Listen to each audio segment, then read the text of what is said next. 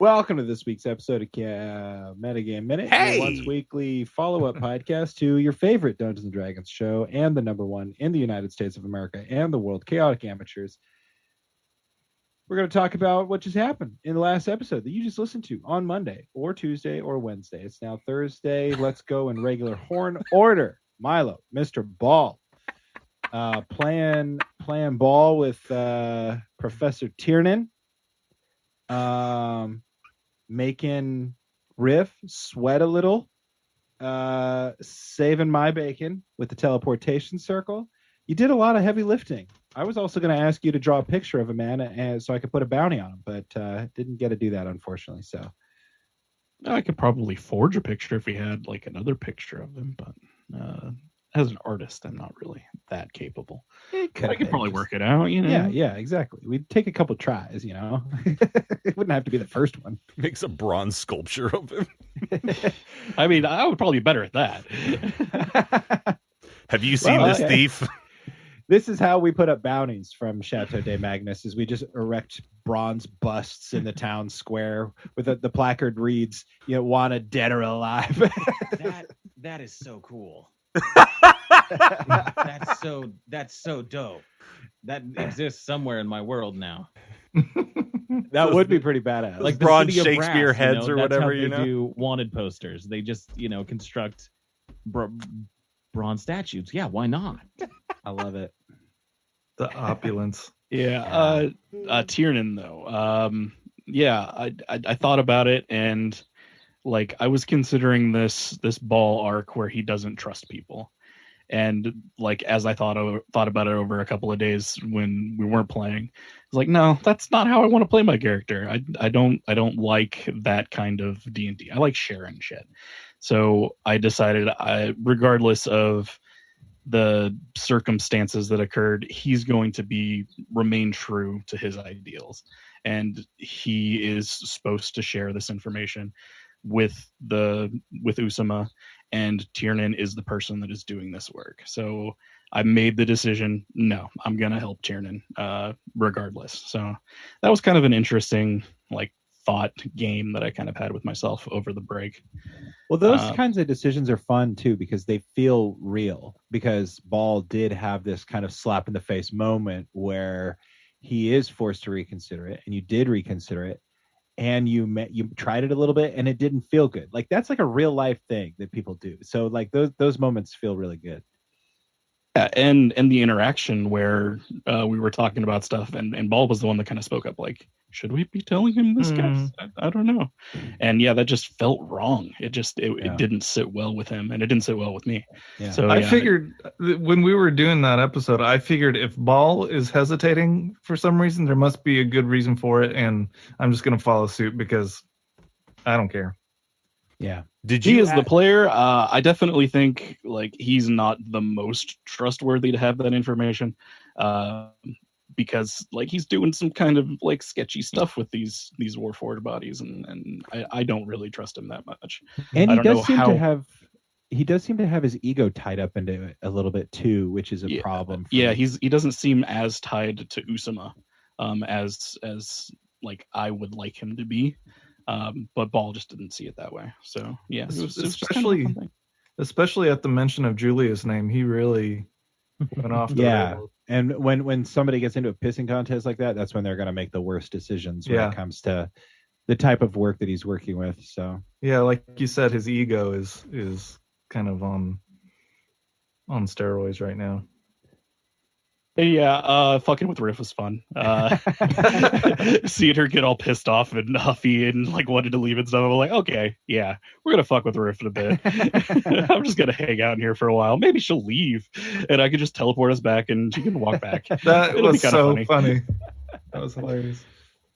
I did kind of have fun with that banter when we're all fucking with her, and she's like goes back in, and I'm like, oh man, we're gone now. That was you know, it's something I noticed that we did a lot more when we were recording in person, is like the bantering and flicking each other's shit and like interjecting and speaking for each other's characters. Man, I listened to an episode from like season 2 or 3, and we did like a 5 or 6 minute like divergence where we just like played out this thing that like Ren would have done. I don't know. It was all funny, but then we're like, so anyway, back to the thing, and like nothing we said mattered, but it was all fun and hilarious and goofy, and also kind of a fun way to kind of explore like character ideas in the moment.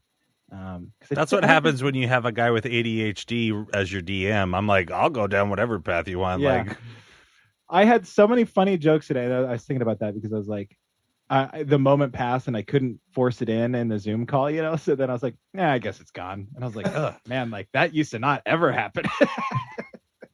our audience thanks you. We've been getting way more positive reviews lately. But the thing I've noticed, and I've told multiple people, I was like, the thing that Zoom has really forced us to do as a podcast, and I think it's made us better actually, is that it's forced us to listen because we can't interject, because there is that second to sometimes 2-second delay or whatever, you know. So it's like we've gotten really good at like when it goes silent, then that's when like one of us jumps in with a joke or something like that.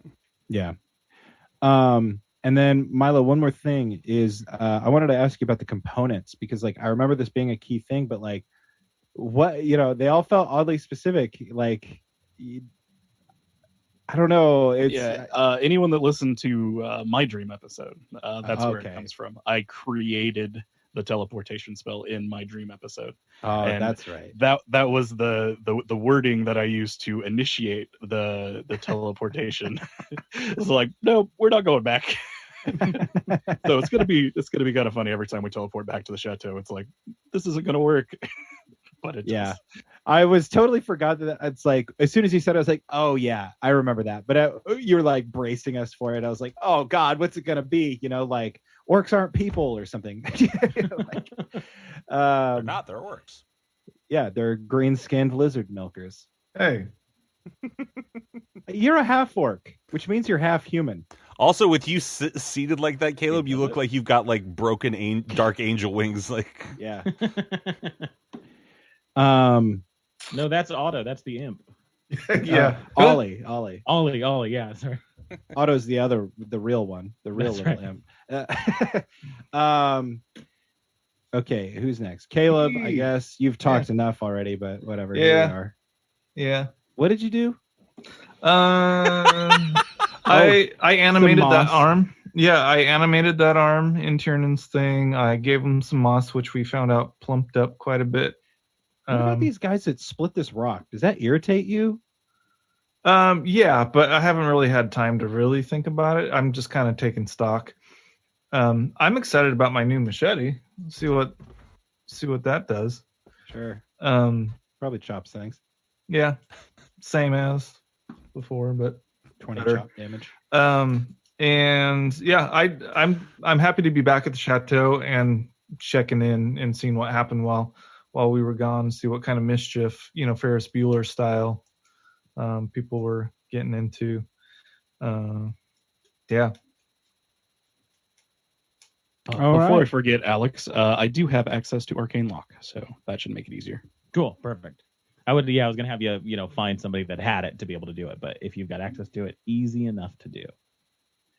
So like I was saying earlier, one of the things when I misunderstood what was going on with Alphonse was I thought about trying to put up his likeness with like a bounty poster, like bring him to Chateau de Magnus alive and you'll get 500 gold.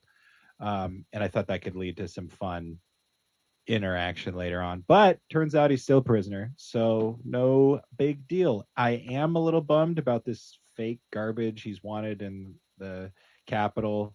That feels super fake to me, but not like fake like Alex just made it up, but like fake as though like this is definitely how he escapes and continues to be at large. Like, you know, he had his friends feed like false information to Gordon or something. I don't know, but so anyway, I thought that'd be fun. I really wanted to smack him around some more. And then, yeah, just excited to be home, excited to see Willem again. I was really excited for that reunion and didn't disappoint. Totally set me up for some antics. I was going to start practicing on Riff when she was asking for a room. But then again, like I said, just the damn Zoom call. There wasn't a good moment to interject and be like, okay, Tiff or whatever. I'm glad you didn't. It would have been funnier in person. And then I was going to be like, well, why don't we just build you a barn outside, you little animal? I didn't say that because I didn't have time because the Zoom call. Anyway, let's go next to Bentley Riferian, who has a new room with the birds, near the birds. I feel like Batman, which is what I think Riff has always really enjoyed. I would like to think with her cloak, because it drops like her descent speed by like something like 60 feet per round or something like that. So I'd just like to think I jumped off the top of the chateau and like glided down or whatever, and then just start walking towards town. But, whatever Alex decides.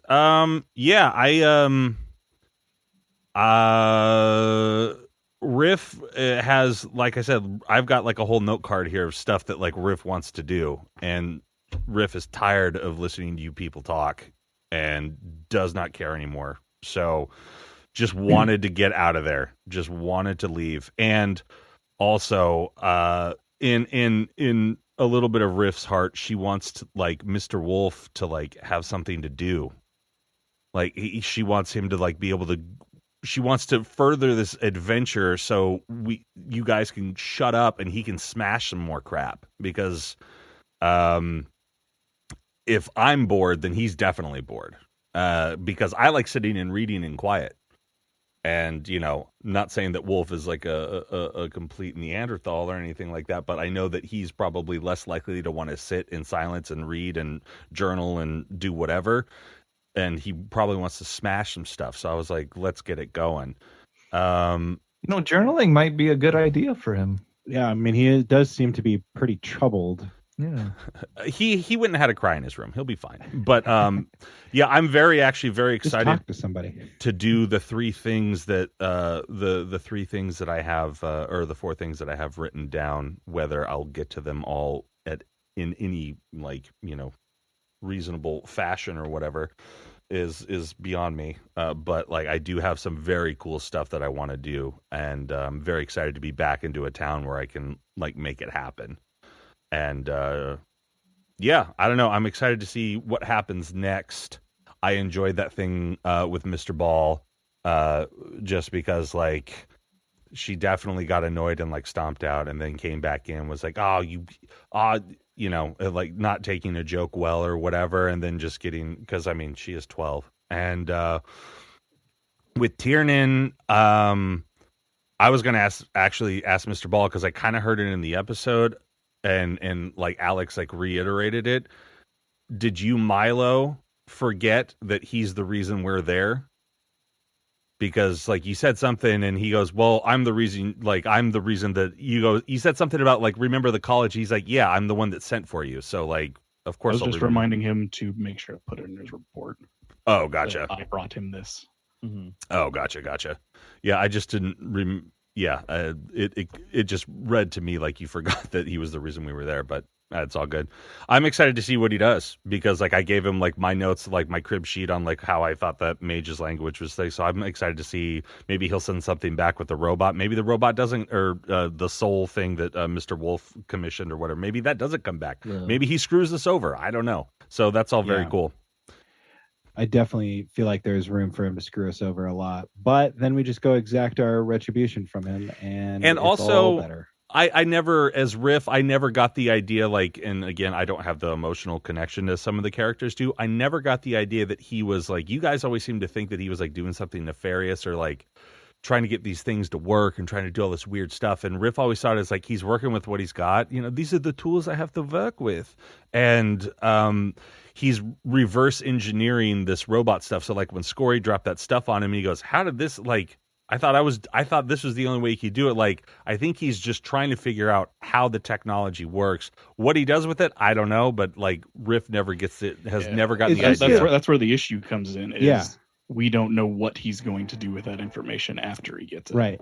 And it's always the second smartest, scientists that are the ones that are problematic. Like, you watch, I don't know. Trying to think of something like in great job, Brett, and it's the Zoom call, and that's why you couldn't think of it. But Good Will Hunting, when the teacher that like brings him on board, and he can't handle being less smart than sure. Will. Yeah, Yeah, again, it's the way Riff thinks is he hasn't done anything to us yet, and he hasn't been really anything less than honest with us, whether we liked what he said or not.